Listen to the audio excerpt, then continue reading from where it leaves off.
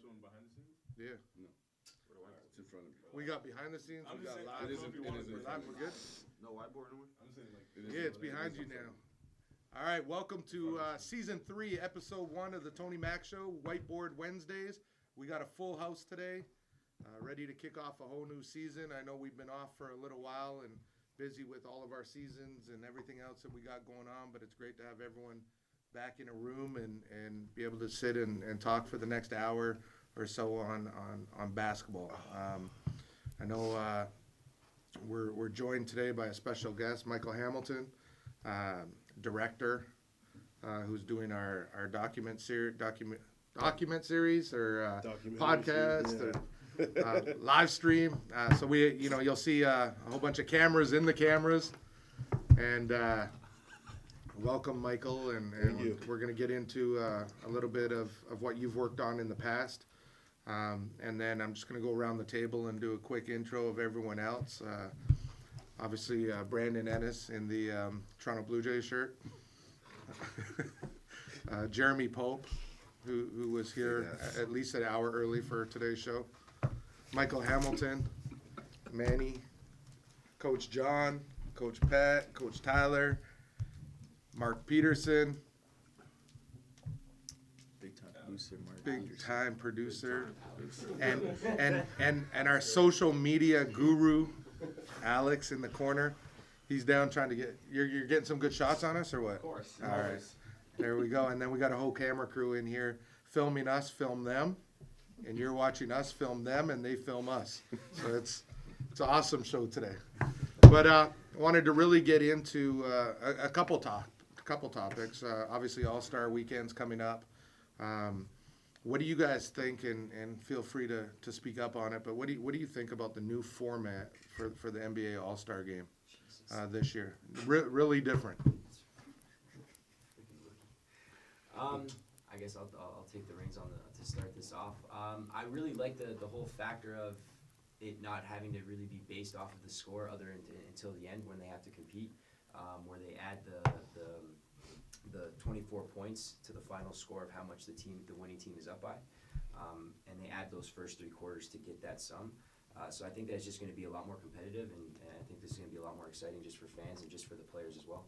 Instead of waiting for the 4th quarter, I think that we're going to see it for the full game. Anyone else have any thoughts on it? Great time. Yo, this is great. There's 85 people in the room. Great time. No comments. We're So what all is it that? Pat, kind of explain it a little. I mean, like here, I'll break it down. That's what I was trying to find. I know exactly what it is, but The phone too much. so basically what it is the final target score will be determined by taking the leading team's total cumulative score through 3 quarters and adding 24 points. The 24 points obviously representing Bryant's jersey in his final 10 seasons. And they said, for instance, if the cumulative score of the first 3 quarters is 100 to 95, the final target score would be set to 124 points. To win the NBA All-Star Game, the team with 100 points would need to score 24 points in the 4th quarter before the other team with 95 scores 29. So you're competing to that. so it's sort of like I think the $2 million tournament or the $1 million tournament kind of did like a finalized ending similar to that, where they did some sort of math equation to determine a final score or target to play to. So I think they're kind of pulling from that a little bit. And I think the cool thing that they're doing as well is like the winner of the first 3 quarters, they're donating $100,000 per quarter to that winning team for their charity of choice, which is also Each player, or I didn't see if it was like for each player. I was reading up on it a little bit more, but yeah, they break down more of it. But I don't like obviously. I like that. I think that's great that they're doing a lot more. Has a stuff. loser ever won in the TBT? I don't know. Has a losing team ever came back and won? with that point I differential, would be pissed. Yeah. No, it's the first I'm time sure it they've has. I mean, there's got to be some validity to actually doing it. Yeah. Like, Are they doing it for the rest of the All-Stars now, do you think? Or is it just, I don't mean, know I if get what they're they're doing with the just Kobe. this year, just in terms of like what happened, like the severity of like the Kobe Bryant incident. But I don't know. I think it's a cool addition if they do it. I mean, here's my thing. I mean, what they're doing for Kobe, that's great. It's casual, right? But at the end of the day, these guys still got to play, regardless of what format it is. And I don't know if changing the rules is really going to, maybe this year is different because of the whole Kobe impact, but in years past, I mean, these guys, 4 quarters, cumulative score, winning, you know what I mean? It's all still a game of basketball. If they're going to compete in one way, they should compete in the other way. But I don't feel like this is going to make them compete any harder. Well, That's just my opinion. Do you get the feeling, not to put the NBA out there, but do you get the feeling that the theme this year has really been compete more? And the reason I say that is because they now started talking about implementing a mid-season tournament next year where you got to compete and you possibly could, I heard rumors that you could possibly earn draft picks by winning that. And it's like a mid-season tournament I think would be hella cool, but now you're adding, you got to go hard in an all-star game. If you're a GM or an owner of a team paying someone, $150 million, do you want them diving for loose balls and flying out of bounds in an NBA all-star game? Or are you okay with them just going up and down and shooting and throwing lobs? But as a fan, you want them to compete a little bit. You want them, you want to see a little bit of something other than the first 3 quarters of just, let me do a bounce pass from half court and see if you can catch it for a lob. Do you think they should get rid of the fan voting? Yes, 100%. Yeah. But I think also, like, to touch on your point, John, is like you're getting a chance also to see, and this is what people always do, is like the arguments become is who's that best guy, whether it's in position or whether it's just the overall best player in the league. Like you got, now it's not West versus East, which I wish it still was because it's the tradition of it, but now it's Team Giannis versus Team LeBron. So why not have those 2 top dogs go at it and compete? And I know that they do that in season and games with their given teams, but just I think that if you see it in an all-star format a little bit more, and especially with all the great pieces that they have, and there's so many young guys actually this year too that are added to the game. I mean, It could be pretty interesting. Alex Caruso had a ton of votes this year. Like, Right. how the hell does that shit happen? Right. Like, that's just not What's the whole John Scott thing that happened in hockey, right? Where the he fighter. was a fighter, he gets voted in the NHL All-Star game, and he ends up winning the MVP, and the or the NHL kiboshed that. Fan voting, man. I get why they're doing it to implement fan interaction. It's a fans game, but I don't know if I'm gonna insult anybody if anybody's Trae Young fans, but if there was no fan voting, he would not be a starter, and Right. that snubs guys that should be in the All-Star game that are not in the All-Star game. A lot of guys got something this year, Yeah. in my opinion. But there's a lot more parity in the NBA now as well, and I think you started to see KD leave Golden State, and you start to see these super teams. Everyone's going to go back to like we had 1 this and 2. conversation yesterday. They're going to go back to the Jordan Pippen, the Kobe Shaq, the kind of like Batman and Robin on each team, the duos, and start to go at it. And I think it's gonna make for a better NBA. But I think they need to do something. I agree that the players deserve the money they're getting, although it's astronomical. They got to do something with the salary cap that can't allow 4 or 5 guys to team up like that and take over a team. Yeah. But I mean, it's always, it makes for good TV too when you get the Raptors against Golden State, and you get the team that actually works harder beat the team, and obviously had a lot of breaks and things go their way, but you could cheer for the underdog as well and want to see the big guy fall. So jumping in, speaking of the NBA, but just basketball in general, around the room, what would be one rule that you could add or change in basketball right now? I got one. The hockey assist. I think the hockey assist in the sense of like you watch guys play and that next pass is really why they got that basket. And that guy should be rewarded for making the right play at the right time. So in my opinion, I think that would be one rule that they should add in. They should add that hockey assist in. I think I'm going to add on to, while we're talking about assists, one rule that I've always wanted to see in basketball was, you're a point guard, you're coming down the floor, you give the ball to a guy in transition, goes up, gets fouled. Goes to the line, no assist.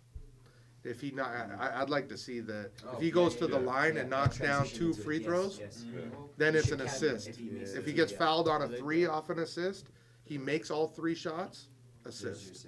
And I think that would potentially, I don't know what change it would really make in basketball, but I think it would still reward those guys for making the right plays Yeah. and the guy for It could be attacking it. it. Could be a great pass into a great shot. Yeah, Great finish. and I think that's one that I'd love to see.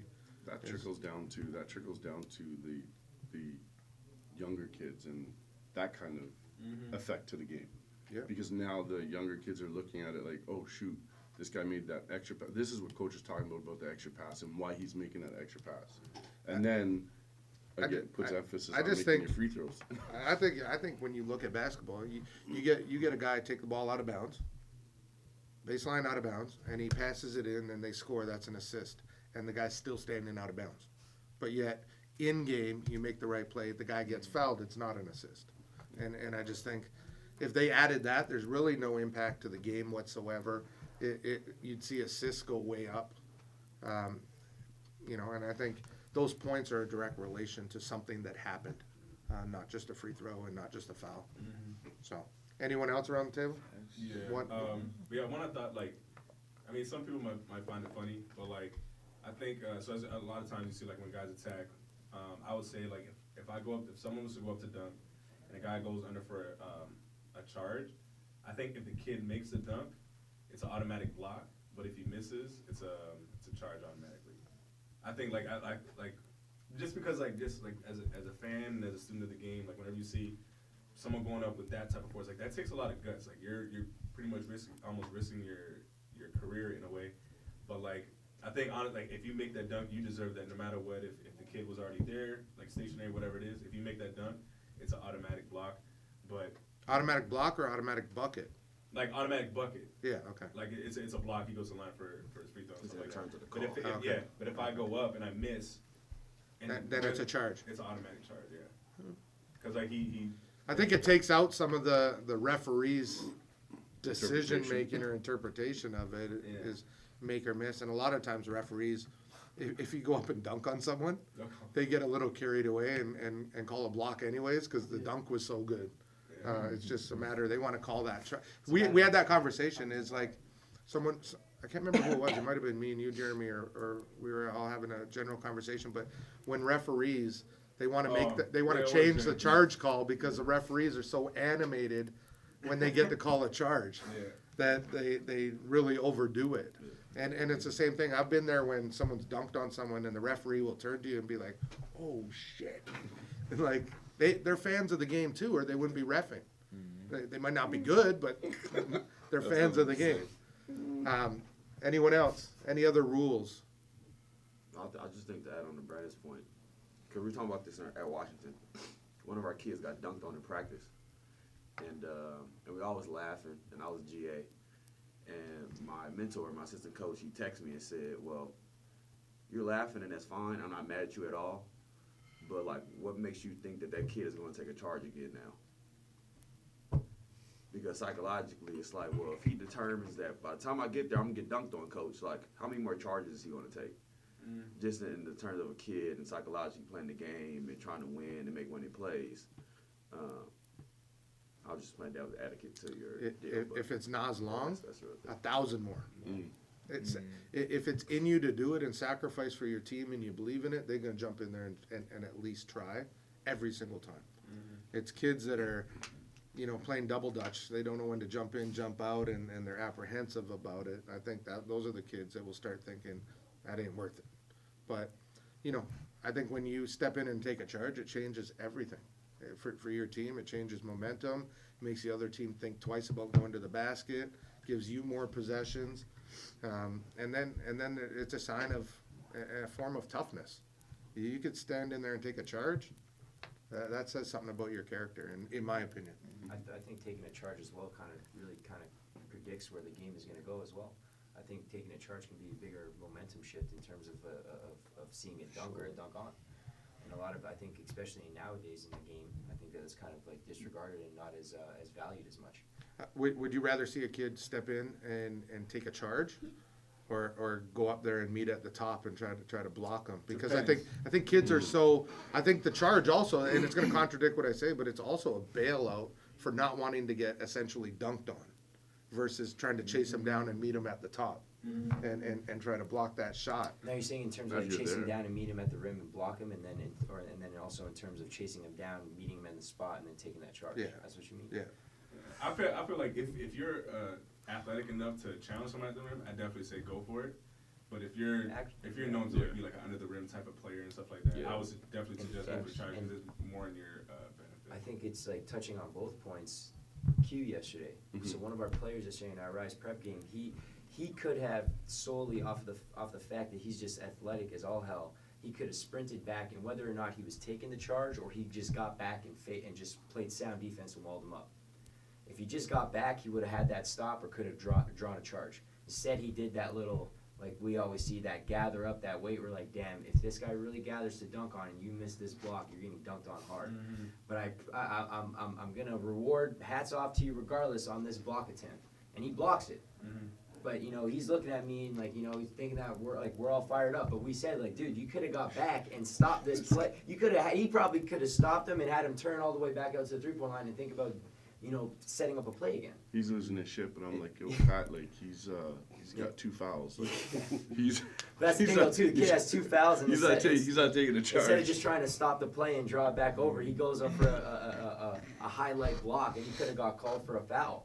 But I think it just kind of plays into both factors. That's a tough call. I think kind of what you're saying. If he's athletic enough, absolutely go up for that. Facts. We're getting into, I think perhaps my and a lot of guys in the room's favorite time of the year. March Madness coming up, conference tournaments coming up, Final Four coming up. Can we just let those two go? Yeah. Oh, that, Can we just let those two go? For like a little He's break. even like he's stretching like, his no, seat I've like, been yo, chilling, bring I've been college chilling, basketball, yeah. bro. he's Bring college basketball. he's like, he's looking at the College board saying, basketball. Tony, you didn't go in order. He's Can I like, just say yo, one thing about rules? Yes. And it's more of an observation. Maybe I missed it, but when did the NBA change 2-step layup to 4-step layup? And You even said that shit to me yesterday. what? Okay, here's my thing. Like, Mason these are the Thompson best did players like in the maybe 4 world. steps. these are supposed to be the best officials in the world, and you can't call Yeah, a rule that's been implemented since the beginning of the sport. absolutely. Oh, I hate the And it's the and it's inbound not ones. even like, The walk, the inbound. as a fan or a coach, you watch a game and you'd be like, was that a charge? I think that was a charge. It's not even one of those. It's egregious. Yeah. Where the guy Six he's steps. walking in front of the ref with the ball. Like LeBron walking up the court. Kemba does it too. Hello. Kemba Like, does what do you it. guys Westbrook. attribute that to? Is it Westbrook. laziness? I think- Is They it, actually- I think they the actually NBA is a walk show. with it. They actually walk I with think- it. It's entertainment. I think they don't want to. It is. It's like going to Broadway. It's like going to a musical. It's What going do we to a send- ballet. I'm not gonna say it's orchestrated, but it's a show. You're paying a ticket to watch a show. You're paying a ticket to watch Yeah. players do stuff that not everyone can Experience. do. And if Not they everyone let can that travel away, like that. but again, those are high level athletes. They're guys. I get it. They should be held to a higher standard. But at the same time, you're not buying a ticket to go watch LeBron travel. You're buying a ticket because you want to see LeBron jump out the gym. You want to see LeBron in transition. You want to see LeBron get up and dunk. what are we saying to kids? Am I getting too deep with this? Like, this is the best league in the world, and you're letting like little travels. Watch go. college. Yeah. That's what you tell. That's what you tell kids. Yeah. Watch college. Don't watch. Listen, NBA. we say it all the time to our kids. Like, I don't care what happens in the NBA. College basketball is what you have to be watching because that's real basketball. Right. I mean, you start to look at even FIBA right now and the whole 0 step. There's no one knows what the hell a 0 step is. Not even the refs. And then you get to in our situation, you play in Canada, and you get the 0 step, and then you go to the States and you travel every possession, and everyone's looking at you like as a coach, and they're like, "Yo, this guy can't even teach his kids how not to travel." But the rules are different for FIBA than they are for college, that they are for the NBA. And there's a different set of rules everywhere you go. And you look at Europeans that come here, and the NBA is almost adopted.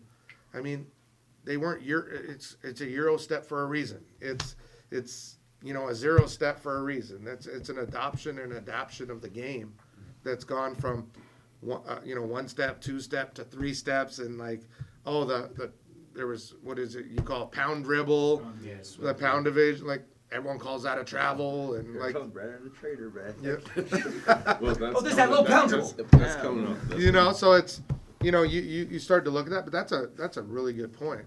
That was one thing, though. I felt like, given the question, it was kind of outside the parameters, but it was one thing I could change. I would change that basketball became more of a universal, general ruling thing. Whether it's we all play quarters, whether the traveling deals are the same. Because if you like watch NBA and like Steve Javie's now in the office, he's not on the floor anymore, and he's interpreting all the rules that we're watching. And we're kind of like, yo, that was. He's like, no, given rule 33A, Roman numeral 7, it says that you get to be able to, and it's like, well, it's not a travel then, but like everybody's like, you're watching, everybody, you have this natural cognizance for the game, and it's like, even me being American and coaching in Canada, it's difficult sometimes, like, to stomach watching kids travel and then not get called. So it's like, when I go to the States, or then we go to the States, and then we traveling. I'm like, see, I knew I wasn't tripping, but like it just depends where you are. So I just think it would think make about this. everybody better. and it'd Rule be a better number game. 44. What if we allowed in the NBA what they allow in European basketball of knocking the ball off the rim? I thought we had that. That would change Not it. in the NBA. It'll be wild. Not in the Offensive NBA. goaltending. It'll be Yeah. wild. Offensive it's goaltending. I think it'll be wild because the NBA compared to EuroLeague, it's a much more athletic basketball game. Do you not think that would be a good for the game to see guys actually chase it down on free throws, the balls bounce on, knock it off? Like, would it not Kawhi add? made that But it's shot. such a fine line to determine what's No. what's Kawhi made allowed. that shot. You know what? That's a valid point. Kawhi Leonard, Game 7, Philadelphia, to send the Raptors on. If that ball's bouncing on the rim and boom, someone knocks it out, it hit the rim 5 times, no? Yeah. You would have to. You might have lost that you game. would have to But it's such a actually fine practice line, it, though. Yeah. Like, it's such a fine But line. they do practice. That's my whole point. Melvin Ejim, if anyone's ever watched Melvin Ejim play, Melvin Ejim plays in Europe, and he is a master of knocking the ball off the rim on free throws, on missed shots. It's a skill. I try to get my guys to do it in that games wall up, here, and they look at me and, coach, it's a lot harder than you think.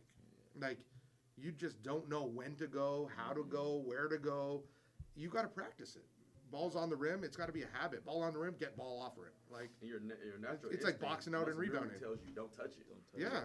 So it's like you're kind of like you got like that Conflicted. fast to decide. Like, oh, let me go grab it. You just Like, might as well just go do it. yeah, unless it's At just that point. But off, if like the Kawhi shot, if a defender pulled that off, it wouldn't have went in. And I get why they have that rule because it looked like it wasn't going to go in, but at the last second they kind of trickled in. But offensive goaltending should be allowed. Like if I'm on the Toronto Raptors and I should be able to just kind of put my hand like up. it's and our just- team. Yeah, it's my point. it's my shot. Yes, my I'm shot. finishing I up should a be able to missed just shot. like nudge it in. Yeah. But if you look at that rule both ways and you say, okay, we're going to allow it in the NBA, you're going to have guys that are specifically in the NBA because they're great at that. You'd be seeing it like Yeah. a crazy amount. That's for damn sure. So, You know, all right, we- back to college basketball. There we go. March Madness Got coming this. up. Final 4 predictions. We did this on the show last year, and I know this is going to get a little heated around the room because the guys and their love for college basketball. But who wants to kind of kick it off and start us with who? On a 4? Well, I know Manny's going to say Baylor. Yeah, this is Everybody gonna say I think I'm going to say this is Baylor. Scott Drew's year for sure. Those guys are completely bought in, so definitely Baylor. Because you've been around. Yeah, yeah. So, so Baylor for sure. I think Markview is a great group this year at Gonzaga. They're definitely gonna, I think, make a push for that.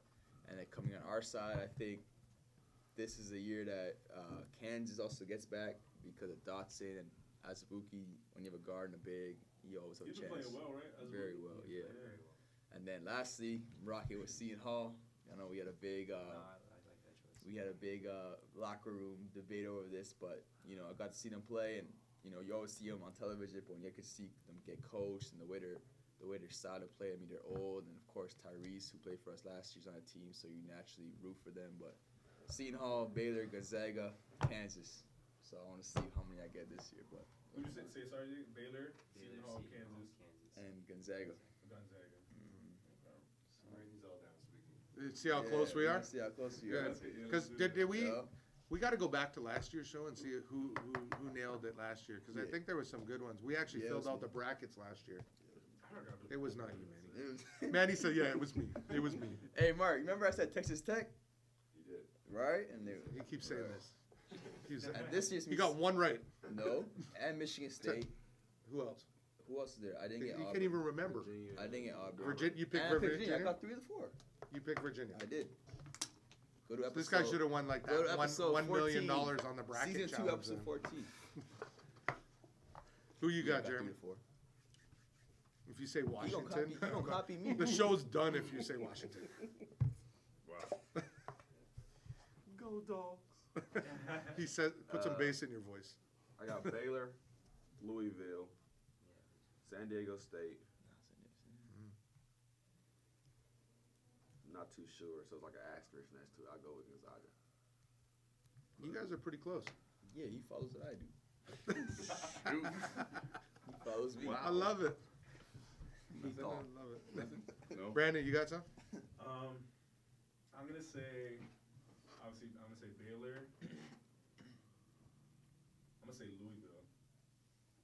Baylor, Louisville. Seton Hall and Auburn. Oh, I like Auburn. I had Auburn too. I like Auburn. I think. You think he wins Coach of the Year this year? Bruce Pearl? Bruce Pearl? No. Why not?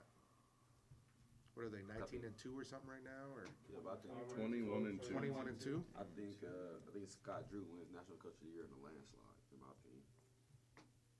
They ain't lost since November.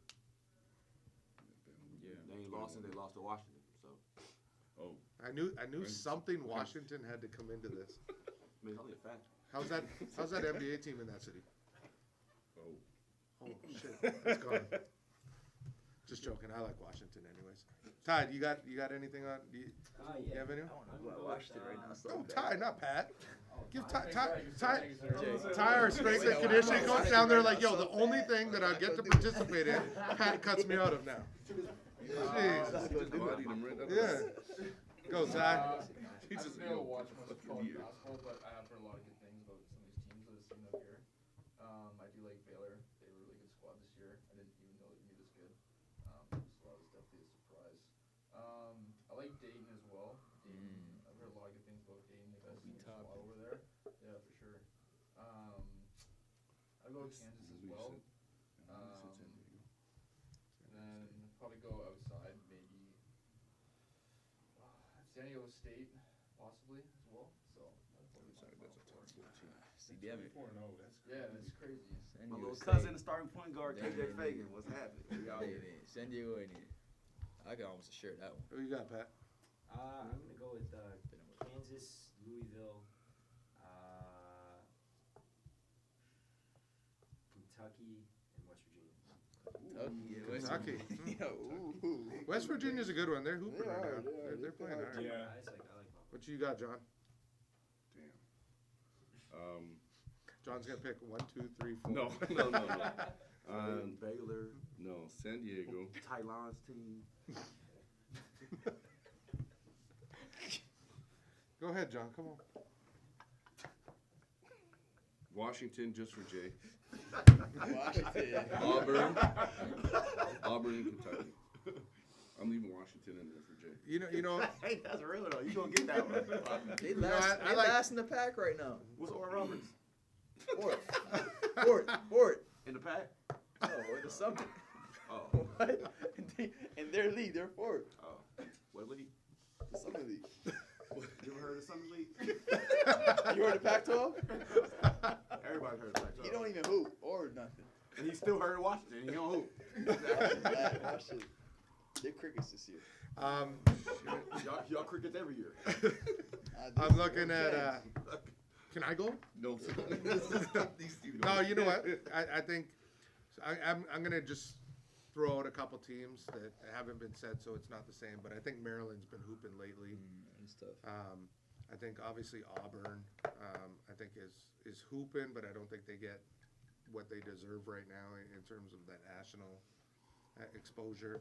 And then I really think Seton Hall, just because depth of what they've played, and if they can win the Big East tournament and come out of there as Big East champions, I think they got a legit shot at that. And then the other one, I think, is a toss-up because I think it's going to be some sort of team like a Gonzaga or something that is deep, senior, been together, played together, kind of seen and done it all.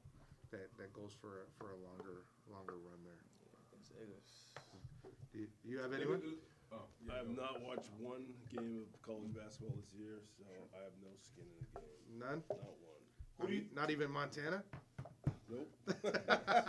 Who do you think is going to be the sleeper to make it far?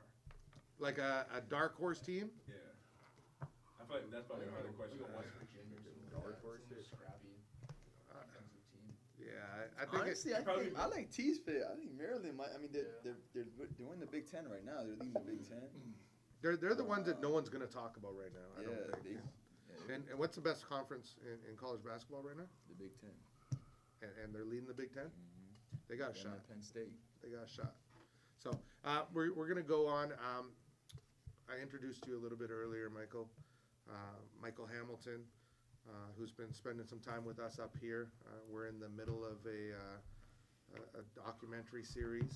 I want to just kind of give your background and let you talk a little bit. I know that you've worked with Steve Nash on his documentary. I know that you were responsible in the MLK documentary as well. What was it like, or kind of explain to us, kind of working with Steve, working on the MLK documentary? What was it like? I mean, when you look at Steve Nash, he's a legend. Yeah. And you haven't really touched anything that hasn't been a legend, including us now. Exactly. But tell us a little bit about your background. Yeah. You're a basketball guy, obviously, so working with the Steve Nash was probably a pretty fun one. But Yeah, it was pretty cool. No, for sure. I'm definitely played all my life, and basketball was, when it was done, it was kind of like, what's next? And I found that filmmaking had similar kind of attributes to it. It's a team business, and it's collaborative.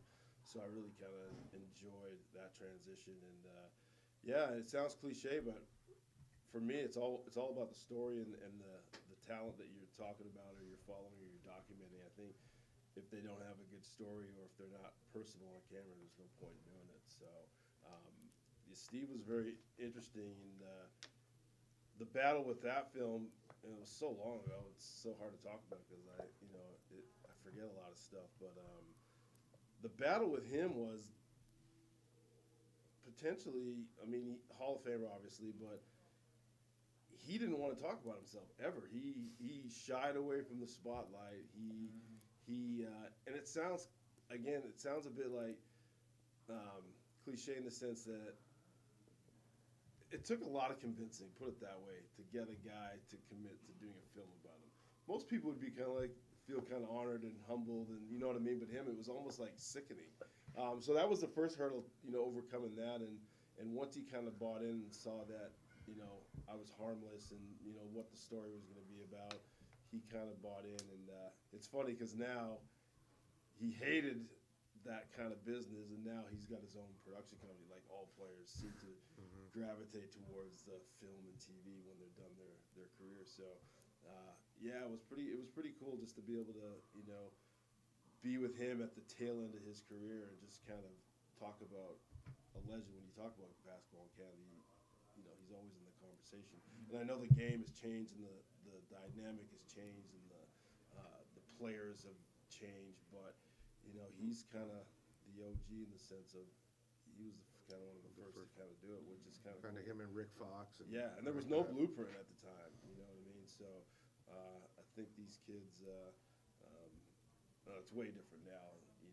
Playing in Canada, it's just like there's no borders, it seems, anymore. So, but yeah, it was a cool project, and was super happy to kind of be able to tell his story. And then MLK. Oh man, I tell you, when they approached me, so it's a company out of Vancouver, Network Entertainment, and they do a lot of great films, and it's part of the I Am franchise. So it's always about a deceased personality, and it's like I am MLK, I am Paul Walker, I am Chris Farley. So it's all about their life, and they approached me to do MLK, and I was just like, I'm in 100%, you know. And it's funny, like, you know, playing ball in the States, working in the States, but living a lot in Canada, you know, you feel like I don't think people really understand the magnitude of what that man did, especially Canadians, Americans, African Americans. Yes, maybe, but as for me, I thought I knew everything there was to know about the civil rights, you know, and I felt like, oh, this is going to be a slam dunk, like, you know, but getting into the research and actually delving into who he was, I was humbled. Like I didn't know half of this stuff, you know. Like everybody knows the "I have a dream." You know, you say MLK, they'll quote you the "I have a dream," but he was obviously way more than that, and you know. So the purpose of that film was just to kind of really help people understand, obviously what he accomplished, but he was just a human being at the end of the day. He suffered from anxiety. He was insecure. He felt fear every second of the day. Someone wanted to kill him. Imagine walking out the house and knowing, like, am I going to make it home today? We don't have to worry about that shit. That's what he lived in. That was the dynamic. So it was kind of interesting. And, yeah, it took like 3 years to kind of make. And it was for Paramount. And, yeah, it was one of my probably favorite projects I've ever done. So. It's funny because you and I had a conversation about that a little bit, and I said, it's crazy how kind of all the circles, like I had never met you before, and then obviously, you know, you come in and you say, oh, I work with Steve Nash, and then you're like, you know, obviously with Steve Nash in Canada basketball, and then there's Mark Bain, who we both know. Yeah. And then George Ravelin, who I told you the story about George owning the I Have a Dream speech. Yeah. And crazy. that's the connection with Mark Bain and Nike. It would have been crazy if you could have had George, who worked security, on the day he gave I Have a Dream speech. It kind tie of all that angered in me that was- you told me that. I was like, we After don't the have that in fact. the film. Yeah. I'm like, man. But it's Yeah. crazy how it's, you know, this basketball world, when we all sit here and, you know, we make these jokes and you know, about different schools and we argue about different schools. It's like we're all literally like one person away from those schools all seeing the video or talking about what we talked about. It's this business is so small. So you want to talk a little bit about what we're doing here and what we're working on with you and Yeah. what we could expect to see and what everybody could expect to see. Yeah, absolutely. I think, again, when they approached me to do this project, I was all in. You know, I don't know if you guys have seen Last Chance U on Netflix with the football show, and I think they did a really good job with that. And you know, and that's how I explain it to people. Like, kind of give them the, because you get asked all the time, like, what's the show about? And it's kind of like you're always repeating yourself, so you just go, it's kind of like Last Chance U. Oh, okay. But you know, I get it. you know what I mean? Yeah. But in the sense, I'm way more excited about this opportunity because it's kind of like First Chance U. Like, you got kids who are like deer in headlights, who are like, they got their whole world and career ahead of them, which is kind of cool. And following them and seeing them as they navigate through that craziness, excuse me, and then the coaches, like, and I don't know if you guys think about it at the end of the day or, you know, once a month or once a year, maybe you never think about it, but what you guys are doing is incredibly noble, and it's incredibly, you know, amazing that you guys are providing this kind of an avenue for these kids to succeed. And I was telling you the other day in the car, like, there's people that you talk to that go, yeah, I care about that kid, or I care about this program, or I care. And it just seems like it's just like a tag word. But I was just telling you, like, watching you, like, you actually care. Like, your whole day is spent, you know, driving these kids or talking to these kids or helping these kids. And, you know, every coach in this room is the same thing. And I just found that's really intriguing. And I feel that's what the series is about.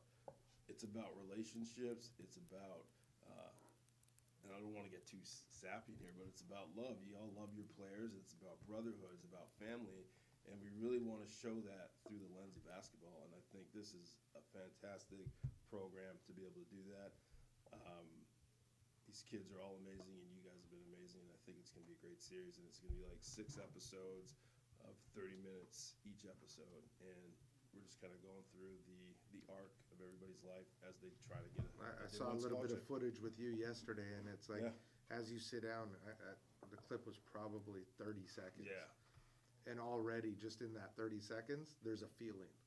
And it's like, you don't know what that feeling is. And I think that's the good thing, because if you sat down right away and that feeling was like identifiable, Yeah. I think you'd lose interest.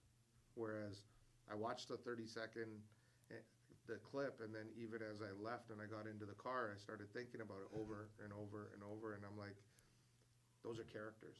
Those are people. Those are kids. Those are people's sons. Those are striving athletes. Those are future whatever they want to become. And you leave, and I think then I started thinking, was it the visual or was it the audio?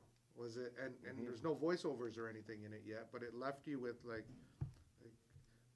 a heartfelt, empty feeling, Yeah. which I couldn't explain that. And you know what it was? It's right here. Yeah. It's in every one of those Eyes. kids' eyes. Yeah. You know. So I'm super excited about seeing it. Obviously, we saw kind of the trailer, Yeah. and I think obviously we're at a point where it's going to be so much better than that. But even at the trailer, when we sat down and watched it as a group, you haven't seen it yet? Another by.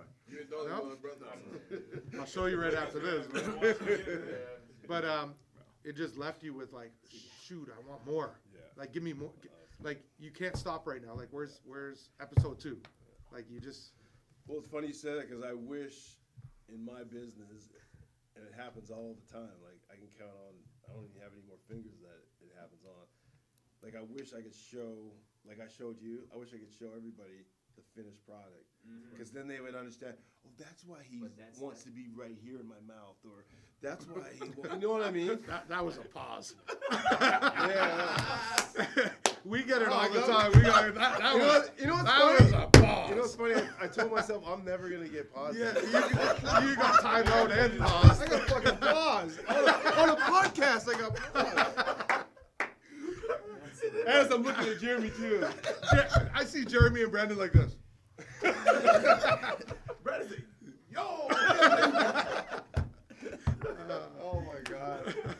But Hilarious. no, go on. No, I was sorry. just saying, like, I wish I could show people the finished product, and then so they, I get it, and then start the film, And then- because then they would really buy into what we're trying to do. I think it's funny because it's annoying having the cameras in your face. It's annoying, kind of like going everywhere and having to like you're thinking not for yourself anymore. You're thinking Yeah. for like cameraman, audio man, car, seats, and it's like shoot, there's a lot going on. But then when you see it, it's like oh shoot, like that's pretty damn cool. And I had that realization point, and I think you did to an extent too. And we were laughing because the boom guy is the guy that always like gets to me because you turn around and there's like this boom in your face. But we went to Times Square in New York City, and everything stopped. We were in New York City, Times Square, and everything stopped for us. Like, if you were walking down, like who was there? Like, people that were there stopped doing what they were doing and were filming us. And the cop ran right over to us right away and said, oh, you guys can't film in here and do this and that. And like, it was just like, it all of a sudden, as soon as there's cameras, and I think it's, cameras are one thing, but as soon as the guy's there with the mic, everything changes. And it was like, I felt like we were in New York City where nothing stops, and I felt like everything stopped for like that little couple minutes. I think the guys also found it funny when like we're taking a team picture, and then everybody started taking Like, the picture. we did a team picture, and everybody lined up there, and all of a And sudden, it's everybody just like did. everyone that was Like there taking randoms? pictures in New Yeah, York, it's they all randoms. stopped and started taking, filming, and like, yo, who are these guys? So Like, the guys what are they fun. doing here? Yeah, that's Why what are it all is. these cameras here? That's what it is. Like I think, and like if I'm thinking from like outside looking in, like if I see a bunch of people and I see all these cameras, like oh, like maybe these guys are somewhat important because there's people taking time out of their day to follow them and record them and stuff like that. So I get why people like we're thinking like we're doing the stuff that they do. Yeah, But kind of what you were saying that, yeah, it can get annoying with the cameras and all the process of doing this. But it's all, you can almost attribute it to the basketball with you coaches, and I'm sure you guys have said the same today. But you give me 2, 3, 4 weeks of your life, and I'm going to create memories for you guys. I'm going to create a legacy up for this program, a keepsake that you guys will look back and be like, oh, that's pretty cool. And it's the same thing in basketball, right? You tell these kids, you give me, 4 years of your life or whatever it is, or you give me an hour of your day working hard, and you're building memories right now. It's going to pay off, and you're going to have a legacy and a career that you're going to be proud of. So it's kind of the same thing. You sacrifice for the now, for the later, it'll be worth it. So, yeah, we're kind of annoying now, but hopefully you guys will say like, oh, this is pretty cool to be part. Absolutely. Yeah. I think everyone in the room's been kind of touched in some way, shape, or form, and I think it'll. Pause? That's a pause? Yeah, hell yeah. Jeez. Can't have a real No, we conversation. can't. It's a joke. We're worse than the kids. I blame college. But no, I want to thank you, obviously, for doing that and also being on the show today. And I think, appreciate it. we're going to keep blasting through and hopefully get season 2, 3, 4, 5, 10. I want my wife to be able to log in and say that she's folding laundry watching our episodes instead of, what's she watching now? Fresh. Oh, well, when we were kids, we would watch Fresh Prince. Yeah, she's watching some other one where it's the guy that did Friends. He like films himself now. It's almost like a real life TV show. No, I don't know. Uncommon Behavior or something or. Real life live stream. Yeah. Have you ever seen that? No. I actually watched it. It's hilarious. But anyways, besides the fact, Brandon, we had on there two other kind of topics here. One of them in terms of trainers. What did you want to kind of talk about training specifics and? Yeah. I feel like with that, just like just basketball from like this point of view and stuff like that, other than being a player, like you notice a lot more about a kid or even just an athlete in general than you do like when you are the athlete that you're speaking of. So like what I've realized, like especially like being a trainer, is that you can't teach a kid, like everything. But and what I mean by that is like if I'm working with a post player, I'm not gonna teach him how to come off the screen and like create off of the screen and stuff like that because that's not something he's gonna do in the game.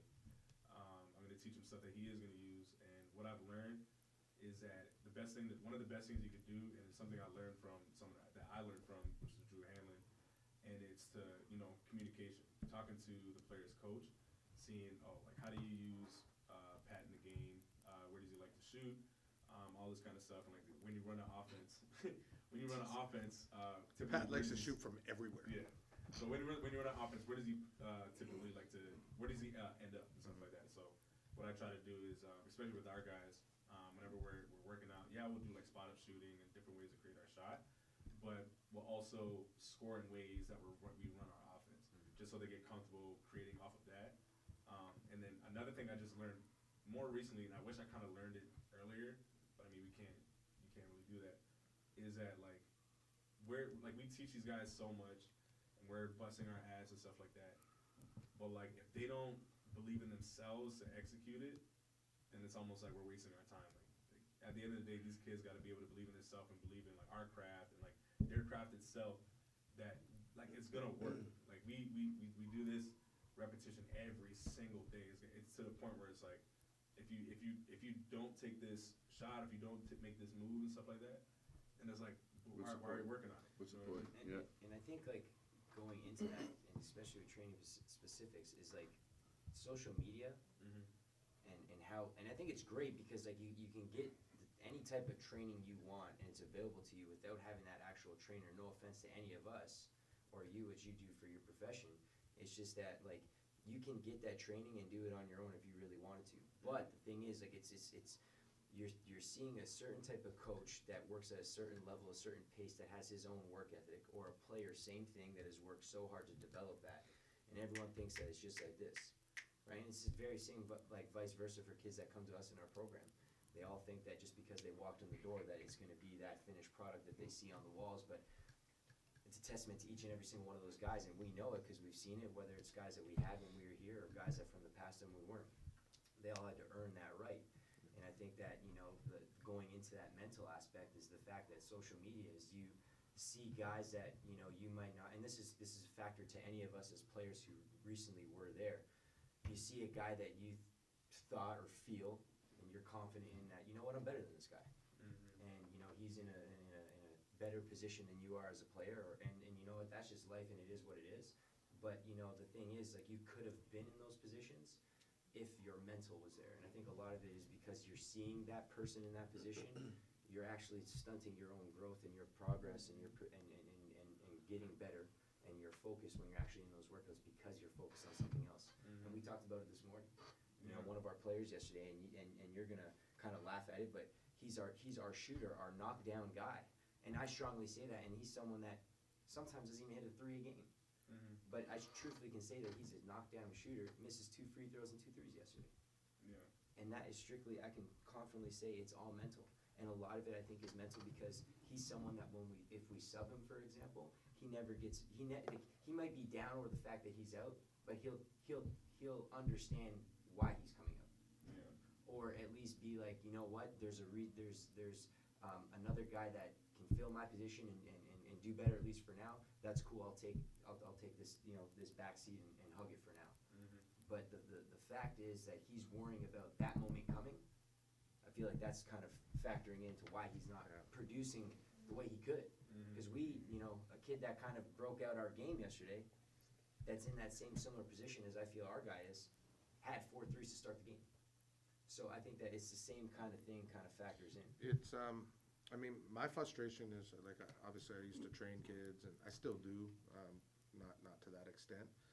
But as a coach, the frustration is you could tell all the kids that you coach that have trainers. Yeah. And the reason I say it is because they come in, they over dribble, they want to prove that they could go, you know, cross through the legs, behind the back, double step back, jump shot. Like, we're not doing that here. Like, you're not going to be doing that either. And if you ever plan on playing college basketball and you do that, you're probably going to be on the bench more times than not. So it's like, you could tell all of those kids, and then you try to dummy it down. And I think it's the facts. You try to dummy down. It's like, man, you only need a dribble to get yourself out of trouble, not 14 to get you into trouble. You only need to shoot it in these situations. You can't shoot contested jump shots over and over and over and it be okay.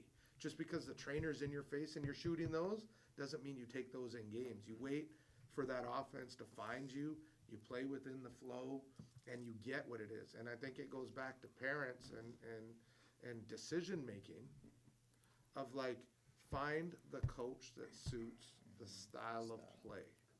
Don't expect you to go in there and impose your 13-year-old or 14-year-old son's will on the style of play, if that makes sense.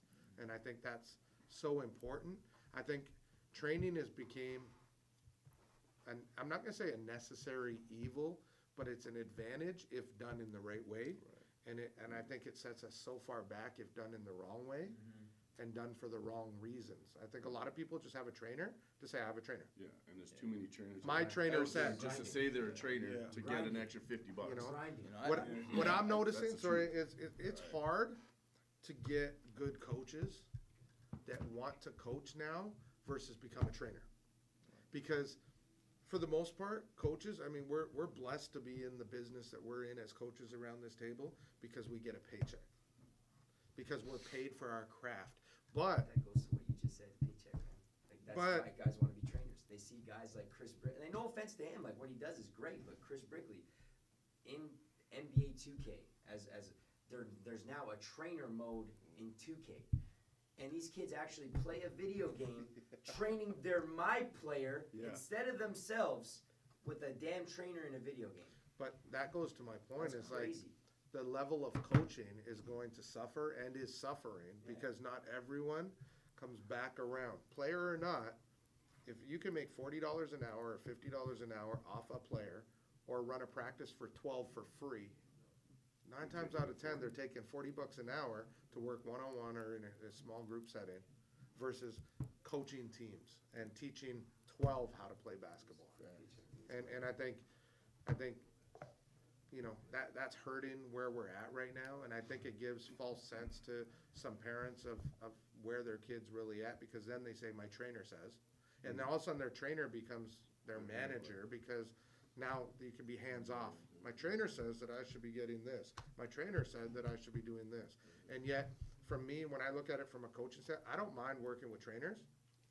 If the trainer approaches me and said, hey, I'm working with your kid, what are you guys doing? And it goes back to your point. I've never had a trainer come to me. One. I've coached, huh? One. One who? Vlad. Vlad, Brandon, Yeah. Cedric to an extent, but like, I'm not gonna name all the trainers, but I've never had a trainer say, yo, I wanna come to your practice. I wanna see these guys, how they work. I've watched this game. I'm coming to this game. How can we be a team? Because when I send you back a player, I want what I work on and what you want to be consistent. And I think every coach out there that's watching is probably thinking the same thing. But all I want is consistency. I want that player, when I tell that player I want him to work on his jump shot, I know he's doing that and not something else. I know he's working on A, B, and C, not focusing on D, E, and F that he can already do and doing over and over and over. And then it goes back. We've had players, last thing, take 75,000 jump shots and shoot twice in a game. No use.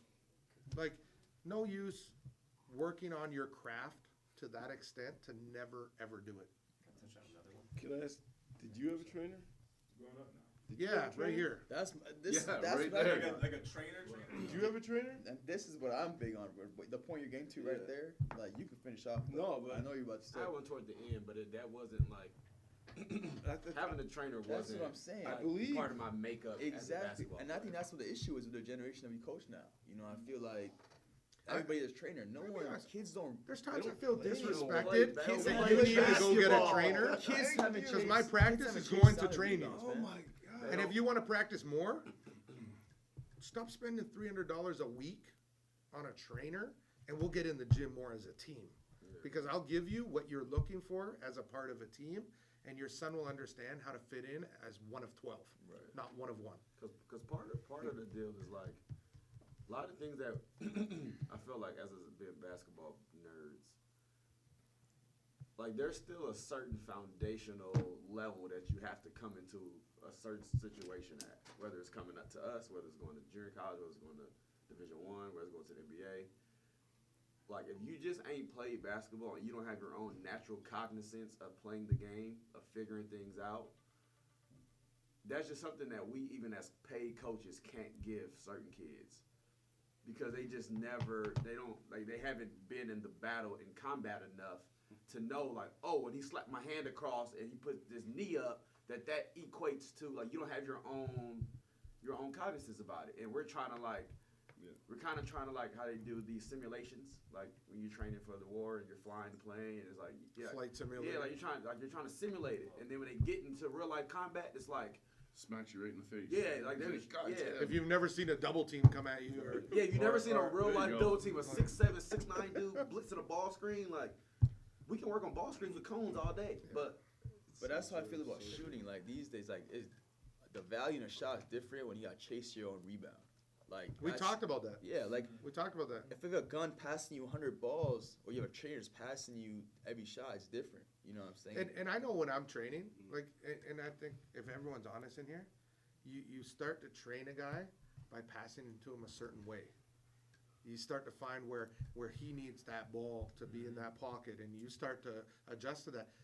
his point guard on his team ain't never passed him a ball. I Like- throw many shitty passes like- all the time on purpose. Like, Yeah, Fact, I do the same thing. Like- because I he throw can't bad catch- but when balls you he get can't in, catch but shit when you get into sometimes. repetition, shooting 20, 30, 40 shots, and you're just this. Mm-hmm. As a trainer, you're not thinking like, oh, it's gonna be over there. Like you're saying he needs shots, he needs shots, he needs That's shots. one thing I thought, and I actually learned that from watching when Jason Terry was playing. It was when I think Tyler was on the Bucks, and I can't remember who JT was playing for, but his coach was like throwing him bad passes because in the game it's gonna happen. So that's one thing like I started doing a couple times. Like I throw like a high pass, like a good pass, like even a low pass, just so they get comfortable. Like even like if we're coming off of the screen, whatever, and they lose the ball, I'll like yell out, finish it, because you might be in a game and you mess up. I don't want you to stop. And just Well, run back. when's the last time in a game a player on your team has said make a good pass? You don't hear it. That is key. A good pass is a good shot. I remember talking to Steve about this, and he said when he was in Phoenix in their glory years with Amari and all those guys, he would say that obviously he has the ball in his hand, he's the floor general, and if a guy was shooting too much or he wasn't playing within what the system was at that time, he's so precise with his passes, he would deliberately throw a bad pass.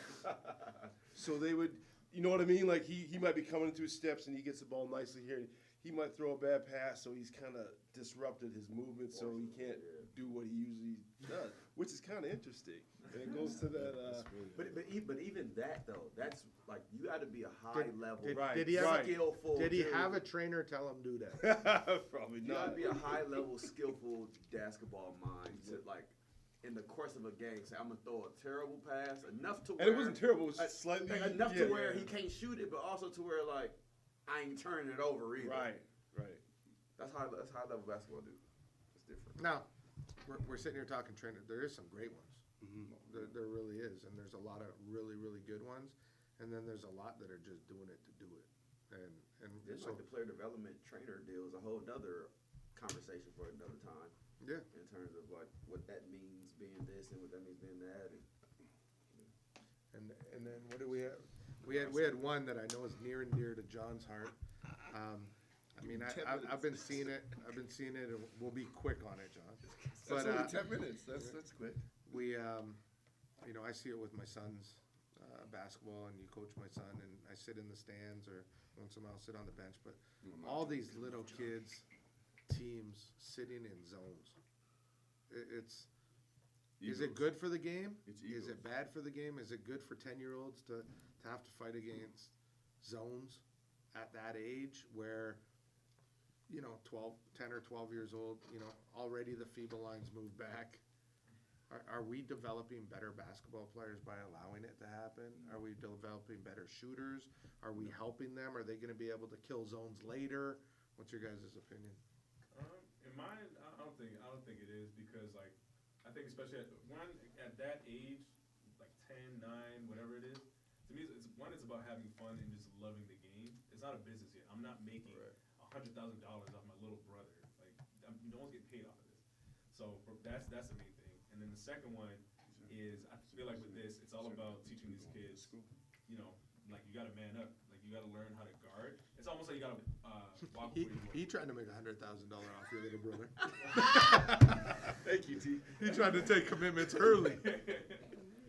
Tyline will listen to that. I love But it. no, I think especially like at a young age, because I think even younger than that, they say you can't press, right, or something. They say it, but everyone does. Right. So like, I feel like at that age, it should only be man. And Yeah, then as they get older, like you're gonna learn different intentions. Okay, so you You're guys gonna have learn 14, 15, 16, 17, 18-year-olds right now. How many of them come to you lockdown defenders? Like you're like, yo, that guy has been taught how to play defense. Well, the way like we're teaching our defense, like we're forcing our guys to defend the ball. Right, We're but forcing how guys many to come to defend. you at Ready 14 to years defend. old? Ready to defend. None. Well, How see, many- the defense thing with defense, half the battle is a mindset. It's a pride thing. It's pride. When we talk defense, These it's kids don't not. have pride. They're 10 Of years course, old. we teach angles and we teach, where we want, where we want to force guys. But it's more so, it's a mental makeup, So if their used to playing zone his whole childhood, that's where you absorb the most, whether you know it or not. You know, and so if you're sitting in zones, you know, I doubt you'll be a forceful man-to-man defender. And it can carry that a step further. You are what you could defend. You know, so the kids. I think there's some misconceptions out there though, Like how's because everyone says, okay, Syracuse, Baylor, oh, they sit in a zone. Yeah, but they only a don't. handful of- They're playing zone with heavy man-to-man principles and responsibilities. and even that. Do there's we only a agree on that? handful of schools that Like- do that. Like when you watch a kid zone, it's okay. You're gonna rotate here, rotate back, rotate here. This like there's still complex coverages and switches and bumps and there's Screen there's coverages. there's a lot going on in a college zone, and for coaches to look like, well, I'm gonna do what Syracuse does, sit in a zone and hope that teams shoot 20% on me. They're gonna shoot more than 20% on you because you're not doing what they can do, and all those players have come from teams that play man to man. But isn't it that misnomer that the zone is supposed to be like everyone says, yeah, sit in the zone, or I always thought like, oh, we get to play zone, like, oh, this is where we get to relax and chill. But a zone done properly is actually harder than man to man. You actually have to work harder than play man to man in some aspect. You know, I agree. When you're rotating the proper way, More absolutely. responsibility. Yeah, show I responsibility. think it all depends. I mean, that makes sense. Like it all depends on level, because you know, you start doing a Syracuse deal, and if you were to break down Syracuse roster for the last 15, 20 years, Special. if you were to type cover of- all the names, the height list will probably be the same. Like, so you get to the business of college basketball, just like we say NBA is a business. It's cookie cutter. Well, college is a business as well. Like, college coaches don't spend a lot of time coaching basketball. They're in administrative offices. They're doing compliance. They're doing all these other things. So if I only got X amount of time in my day as a college coach to make sure my basketball team's good, well, I better create a script and a formula and just recruit to the formula and ride out to the sunset with it. And you look at Syracuse roster, which is now Washington's roster, they're all pretty much, it's cookie cutter to the formula we're doing. That's just how it goes. But then you see somebody, oh, Syracuse does it. And then you got a 6'2" wing down there, and you wondering why they're shooting they're shooting you out of it. Well, it's different when a 6'2" dude running out versus a 6'9" dude running out. So, and then you don't uncover A all 6 those foot layers. wingspan and a 7'5" wingspan. Right. Facts. So, I think from my side of it, as coaching the last 10 years, it feels like, it's a cop out in two ways. It's an ego thing for coaches that actually don't know how to teach their kids to play man to man. And I know you talk to me all the time and say, yo, why don't you just go 2-3? I'm like, I can't do it. If I'm gonna sit here and complain, not complain, but be bothered by it, then I don't wanna just fall into that norm of okay, well, everybody else is doing it, so forget it, I'll just do it. And then there's places for it. There's certain leagues where in the youth age, if you join this league, you know that the press and the zone and all that is there. So that's a rule. Okay, I'm okay with that. I know where my team sits. I know where I can play them. But I also know who I can play and can't play at that point. But in other leagues where it's no, we need to play this way and we need to have fair play and everything else, and then it breaks down to a whole, well, we just can't compete then. Some kids don't get it, how to break the zone. They don't understand that. And they're 10 years old. When they have 3 guys running at them, they're going to be like, here, take the ball. And to me, it's a coach's ego thing. They just want to be up 20 and be comfortable for the whole game and don't want to lose. And they're not worried about developing. It was an interesting thing to top off on Manny's point about mindset. OKC Blues, which is the Thunder's G League team, their head coach, I think, was on a podcast one time. He was talking about what made Russell Westbrook so good. Mark Dagno? I think that's his name. He's talking about what made Russell Westbrook so good. And he used this term, he called it competitive vulnerability. Being willing to continually go out there and play hard, knowing that you're susceptible to getting embarrassed every single time, even after you get embarrassed. What causes you to show back up again after you get embarrassed? And it's the fact that we're going zone, I think, and I'm kind of on both sides of the fence, but in terms of vulnerability and development and creating competitors, like that's something that like we have to instill in kids because you even see it at our level now. Like a kid will go out there, he'd get crossed or something or get embarrassed, and then next time you go out there, he like way back here, like being cautious, don't want to guard anymore, and it's like, well, what? Like, did you think being a dog was easy? Like it's not like that's what being a dog That's is. why it's being great when they're younger. That's like the. I find that interesting that you said that because, and I don't know if it's a West Coast thing.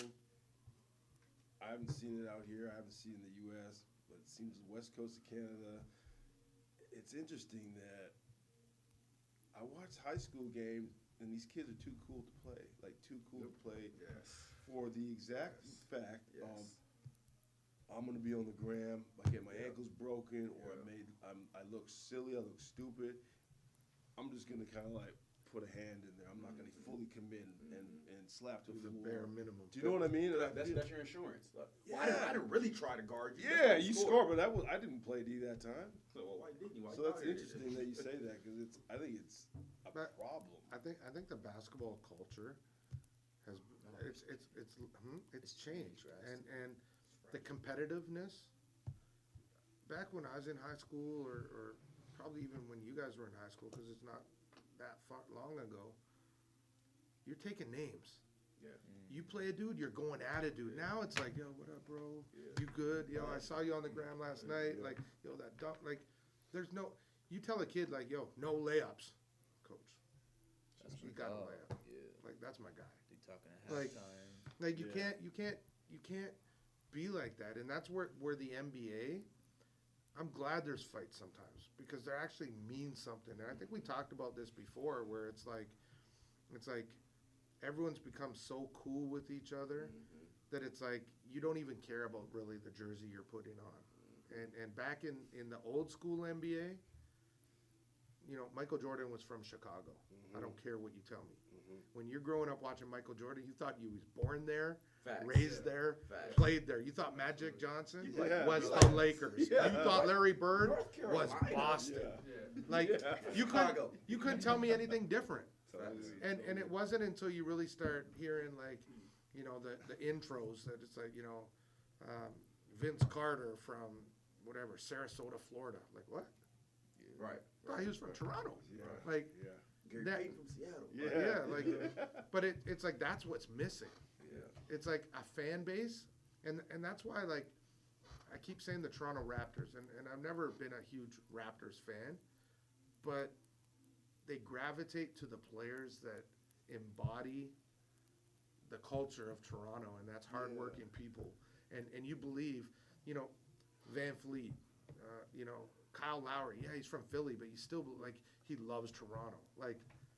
You get that feeling. DeMar loved Toronto. He was from Cali. Yeah. You know, so it's like we need to get back to that. Like you look at KD. Is KD Brooklyn? I still look at KD as Oklahoma. I still look at Harden. I look at Harden now as Houston. But I can't I didn't see that personality in OKC. You know, so like we need players to embody and and it's the loyalty in the business. There's no loyalty. You want a player to want to be with a team forever and see what they build around that guy. That starts from a youth development standpoint though too. Like Absolutely. Teams, like even John's age groups. You know what I mean? Like teams are just like or kids or parents especially. Something Just team to team to it's team. bigger, better Bounce deal. around. Yeah. Where are my kids? They got a Nike deal. I'm going to Nike. I'm going to there. I'm going there. And you're seeing it even more, especially at those 16, 17 age groups. It's just like there's no loyalty, and at the end of the day as well, you're never really grasping onto, truthfully, what your coaches are actually trying to teach you. Well, And it's it's great to the get- path of least resistance. Yeah. Yeah. Oh, my son's gonna Like- play Yeah. 15, 20 Go where you're minutes not for sure. really going to be coached, Yep. but say you're coached, so Yeah. you can do what you want to do, Yes. and then be coached. Like It's funny. Recruiting Even, at Tyler 10 years played old. With, like Tyler played with James. It's like James graduated high school at 7. I was 08. So I grew up with James, Drew Holiday, Brandon Jennings, like Klay Thompson. Like we literally were in the same Southern Section playoffs every year, same preseason tournaments every year. Like, and you see him now in the NBA, and like the way you watch James, you think he's cool. Like it's just like off. Like, but these kids, like I was in the games with him. Like James was trying to take your head off. He was trying to put his shoulder through your chest and like let you know that you're just not better than him. Can we not bring up stats? Did he not average 30 in college basketball? No, he didn't average 30. But I also tell people See what he averaged at Arizona he State. was like 17 or something. But I always James tell people Harden. James has been the best player on his He's been a team dog his for him. entire life, instead outside of when he played with KD. That's the only time James in his life has not been the best player on his team. 19. Like James is a dog. When you watch him, it's step back. You're fouling me. But he's a dog. Russell Westbrook's a dog. But look what they're saying about Kobe. Like you hear all these stories, like Kobe going in the locker room and taking away Kobe's shoes from all the players on his I'm not team. good enough to wear my Like you, Cussing like- out in the middle of practice. like that's a winner. What they You know what I gonna mean? do for you, bitch? There's not very many people that know how to be Get out of the winners, chip. and that's the tough part right now. When we say we want dogs, you know, people say, "Oh, dogs." Like, I want winners. A winner is someone that is a dog in everything they do. You know, so That's where you kind of gotta love him or hate him. Russ, he doesn't like anybody. You know what I mean? Like he just wants to win, and yeah, it's interesting that. That's funny. He made a comment yesterday or 2 days ago. Somebody asked him about Rudy Gobert. Like, how do you feel about going there with Rudy Gobert? He's like, so? I'm gonna do him like I do everybody else. He's just taller. Like, I'm gonna put it right in his chin and I'm laying it up. Like, Love it. but that's what we need. Yeah. You know, that's what I think, for the most part, where the appeal of college basketball comes, because you have that there. And that's something that's going to stay with you for life. Like, I say it all the time from a American patriotic standpoint versus a Canadian. When, you know, I'm down in Texas, I'm in Houston, and someone will come up and introduce himself to you. Hey, I'm Jeremy Pope, University of Texas. Like, man, you 60 years old, you still saying you're from the University of Texas? Like, that is who, like, that's their name now. They're an alumni of a school. There's something. And so when you're a college kid and you walk in there, you either become that or you're out, and you embody what that school is. And it's kind of the last time now, and that's why I love college basketball. Is it's the last time they actually embody that. It's the last time they're gonna claim something. You know, so cool. I think today a lot of great topics. I know we went out for a bit. we gotta end it on everybody. I give a Kobe moment. A Kobe moment. A Kobe moment or something. I got one. I think it's I'll only start. It's only fitting. So All-Star weekend, Toronto. My program, CIA Bounce, got a amazing opportunity to sit down with Kobe for a good hour and a half, one-on-one. So select kids from our program got to meet with him for a one-on-one session and just pick his brain in an open conversation. And I think him, and that was his last All-Star game as well, I believe. And for him to, A, do it, and B, put everything he had into it, and just be open and honest and motivational and like down to earth, but yet aggressive in Kobe's way, I think was an amazing opportunity that I think the kids now are 18, 19 years old, and hopefully take some things that they may have taken for granted in that speech and apply it to the rest of their life in whatever they do. So I think there was that one. And then the only other one that I have was when Tyler was drafted to the Phoenix Suns. His first NBA play ever was a jump ball against Kobe Bryant in the first game of the season, Lakers and Phoenix. So it was kind of like you watch that play out, the jump ball, and then you get all the guys that Tyler, you know, was a part of the program sitting with Kobe and talking in his final year. I think those are kind of my two memories of like the real life Kobe, not what I saw on TV. Yeah, I never personally got a chance to meet him, but I think what stuck out to me was that was the first jersey I ever asked for. It was like back in the day we saw our NBA jerseys, and I remember asking for a number 8 yellow one when he had the mini afro, because that's when I started watching basketball. But I remember that being my first jersey I ever asked for. Yeah, I got to interview him for the Nash film, and man, the night before I was super intimidated because he gave us 20 minutes after practice at their facility. So we set up, and he comes in the room, and he sits down where John is, and I'm where I am. He's just staring at me, and I'm like, fuck, I feel like I'm gardening right now. You know what I mean? You know, like that's the look he kind of like. And then the interview was great. He was fantastic, and I thought he was just going to be, you know, you hear all these things like he's an asshole, he's a prick, and I just thought it was going to be like a very, come on, hurry up, I got to get out of here. But he took time and he did his thing. But the interesting part was because Lakers and Phoenix always had the rivalry back in the day when Nash was there, so I always just thought they didn't really see eye to eye or whatever. And I was talking to him, obviously the interview was about Nash, but one question I said, I was like, you know, the thing about Nash is, you know, he's not athletic, and I was going into my question, he stopped me, and he kind of like, I get sick and tired of hearing that shit. That's what he said to me, and I'm just like, what the fuck did I do? He's like, I'm sick and tired of hearing that Nash isn't athletic. And then he went on to, like, you know, explain why, you know, is he the tallest in the league? Nobody's tall enough. You know what I mean? Is he the quickest? Nobody's quick enough. You know what I mean? So he went on to say the guy's in the league, and he's here for a reason. And it was just kind of like I just saw him in a different light because he's standing up for another guy that's not on his team. I thought that was kind of cool. Who ended up being a teammate, I think. He did, yeah. With the It Lakers. didn't work out. Yeah. Right at the end there, and then Steve got hurt, I think. Yeah, that was too bad. Blame Damian Lillard for that one. What's yours? I started the topic, but I won't talk too long. I'm gonna cry. But like Kobe was, I was born in 1990. I think it's fair to say that Kobe was like for LA kids for sure, was like our guy. Like Kobe was our guy.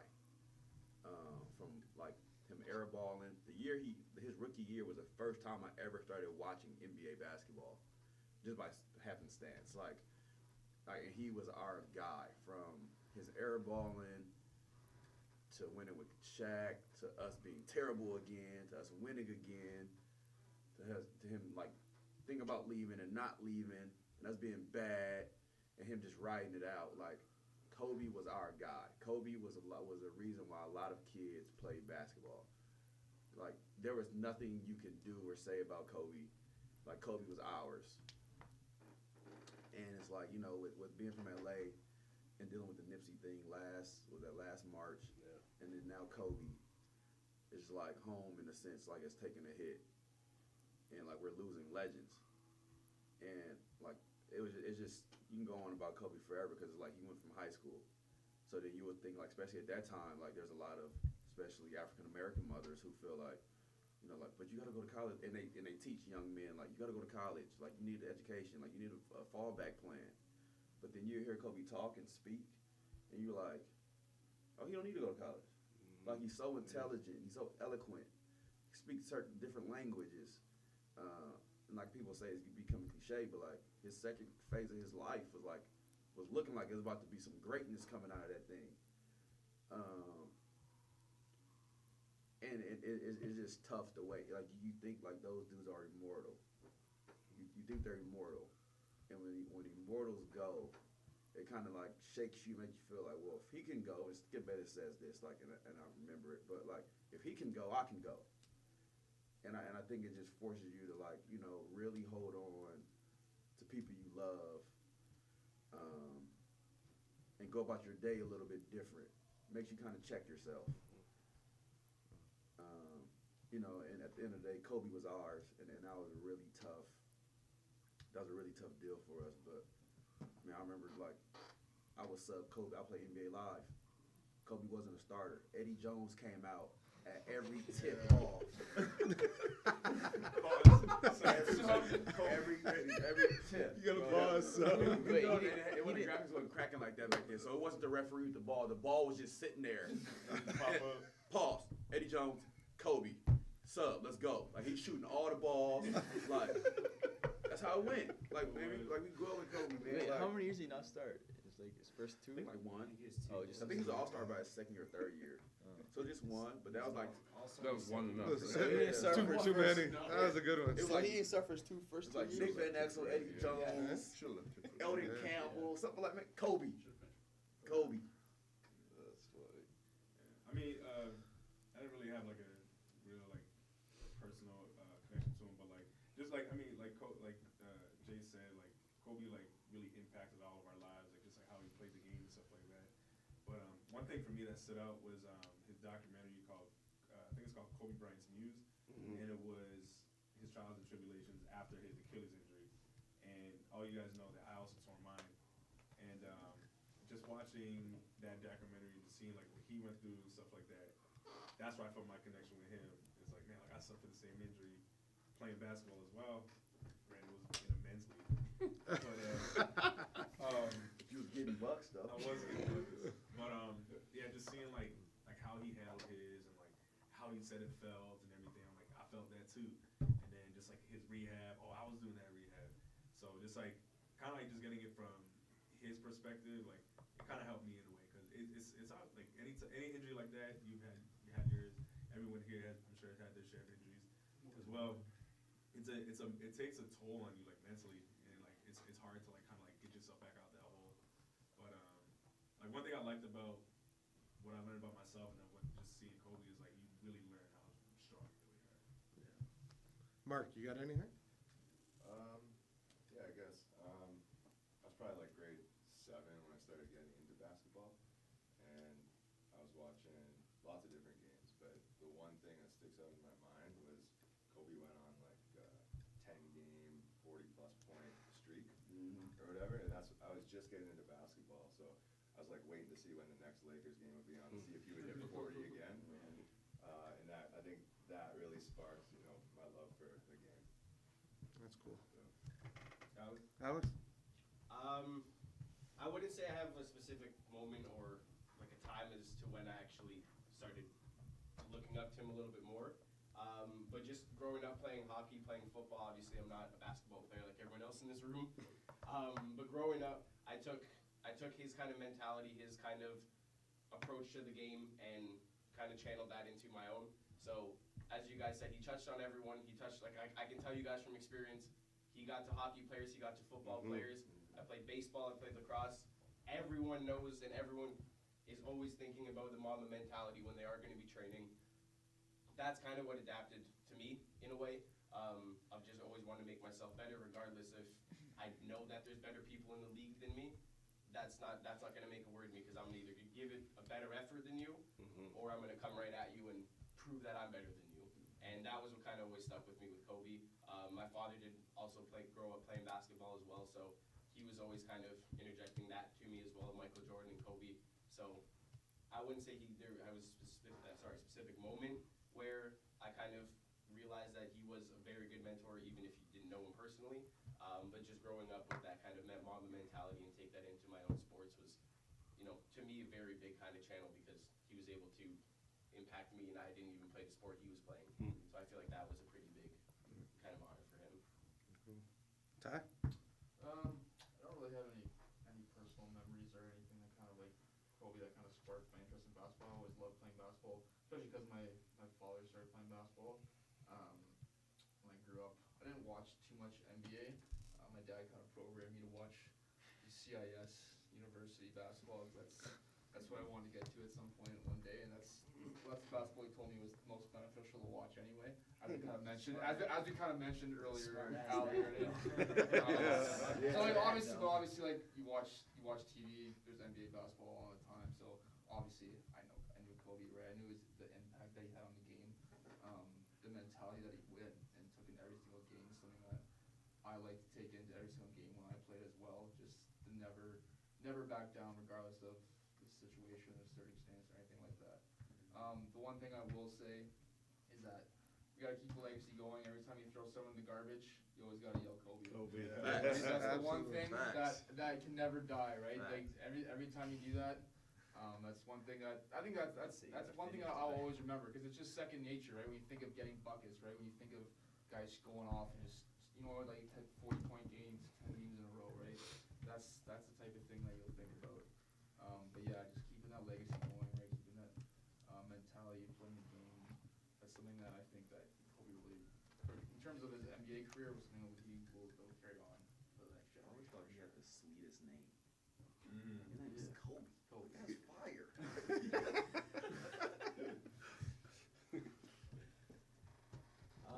Pat?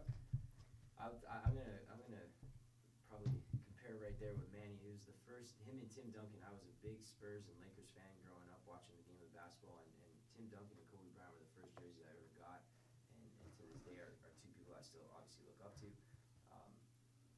I'd say a particular moment was definitely the beginning of that 2009-2010 season.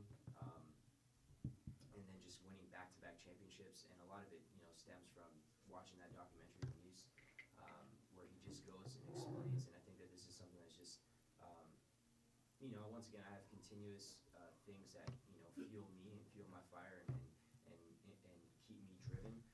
But I think the one thing that kept me driven was him explaining how he got to push his guys in those moments to go back-to-back championships with a team that he knew that was his own. Going from kind of being, and it's not really he was in Shaq's shadows, but for the most part he kind of was. Mm-hmm. And he took it very personally into terms of like you can't win on your own. And not even that he was on his own, he had great pieces and great fillers and good role players that helped implement the system that obviously Phil Jackson was going for. And they really did as much as they kind of like what you're saying with the documentary series, like our guys here, it's deer in headlight moment for those guys. Yeah. They came into those seasons, really shocked, especially for new guys to the roster, shocked about how intense and how much he held the standard for the team, the organization. And I think that, as much as we all try in our own ways, it's something that I do in my own life is the way that he held his guys accountable, the way that he held a standard, and the way that he just kept himself driven, and not just for himself, but his team. I think that that's something that will personally be, forever something that touches me and allows me to keep myself going. Is definitely something that I use as a source of motivation every day. Period. Okay. John? For me, it's going to be piggybacking off of what you said. We got the opportunity to go down there, listening to him speak. And then it was more so, there was a couple that I posted up about how he was telling these kids to stop trying to be the next Kobe, the next Michael Jordan, the next Tim Duncan. Like he said, start to be the next you. Like when he was talking to the kids, and just that like little snippet there of him telling the kids, and then asking questions and asking why, like are we doing it this way, and to understand, the game in that sense, instead of just being like, okay, well, I'm gonna follow Brandon and I'm gonna be a carbon copy of Brandon, and then not understand why Brandon does what Brandon does. You can't do those things if you don't know why he's functioning that way, and that's kind of what the message he was explaining to those kids at that time. And then the drive to the gym. You and I were sitting in the car talking, and we were just, because we were talking about Tylon's team, we were just talking about how, we're trying to get these kids to understand how to play the game. And I said, Kobe's in the car with you guys? No. Did you see the podcast with Kobe and I think it was Jackson and somebody else talking about how he coaches his daughter's team, in the sense of him being able to, he's like, yo, I can manipulate every single game. I can manipulate every single game so that they can win. And he's like, but I don't do that. I let them play. I let them sit there and talk, figure it out, break it down to them, explain why. And then we get to the gym. We're in our coaches meeting. And then Ante hands me the phone, and I'm like, you're a liar. And I'm like, you gotta be kidding me. Mm-hmm. The message of him passing away in the helicopter, we were just like, there's no way. So it's like, kind of like, damn. We're just talking about this guy. Yeah. And then it just happened. done. I think It's like, everybody was in denial. right. Like For a in couple the middle hours, in the I'd middle be of the like, meeting. In the "Man, middle of the meeting, I no, called him a waiting liar. for some-" Yeah. I said, you're full of shit. And Tony's like, what? He's like, he's in the middle of talking, and I'm like, yo, take this away. I don't. somebody said it's one of those moments like, everybody You'll remembers always remember exactly where what they were doing Yeah. when Twin Towers went down. Yeah. You'll always remember what Yeah. you were doing. When you first saw whatever you saw. You'll never Like forget. that. I'll leave you with something, though. I'm going to leave you with two things. I think I said it to you. It almost seems like every icon passes away in the West. When you think of Tupac, you think of Biggie, you think of Whitney Houston, you think of Kobe, you think of, and the list goes on and on, Michael Jackson. It seems like it's always in the West. And just ponder that thought, and we'll come back to it next week. And then the last thought I want to just leave is American media, and we're going to pick this up as one of the things, got to get off my guy Andrew Wiggins' ass. Because they hate him. It is unfair, unbelievable, and it's strictly for the fact that he's Canadian, because he's kicking everyone's ass in stats and has better stats than people that they hold at such a high regard. My guy's hooping at He's hooping. 20 points a game and should be an all-star. I don't care what you're saying. He's in a shitty Minnesota market, and you're going to see true Andrew Wiggins now when you put Steph Curry, Klay Thompson, him, Green, and someone else at center. It's going to be a different Andrew Wiggins. Does he have the number one draft pick curse? If he got drafted 10th, 15th, 20th, would we be having this conversation? No, I don't even care about that. Tell me another number one. Tell me another number one putting up his stats right now. What Zion got right now, rookie? What's he got? He hasn't played that much. Okay, next one, last year. Who was the number one pick last year? No, DeAndre, what's he averaging per game? We also pointed Hurt. out he's averaging 22.4. Yes. Okay, go on and on and on. Wow. As a matter of fact, you really, can pull up the got him stat. killed is that he averaged 3 rebounds one season. And who at cares? 6'8", being that athletic. And That's who what really cares? got him killed. I'm just saying. And who cares? He's averaging 22. On his career, he's averaging 19.8. That's what really got him killed. Is he not? Andrew Wiggins' career right now, he's in his 5th or 6th year of the NBA. He's averaging 19.4. 19.4 points per game in his 5th year. You meant 19 and 4 rebounds or 19.4? 19.7, 4.3 rebounds, and 2.3 assists. And he's averaging. Now 44% do from this. the field, though. He's in his 5th Pretty good. year, 5th or 6th year. Turns the ball over 2 He's times. 24 years old. That's it? I need some boards.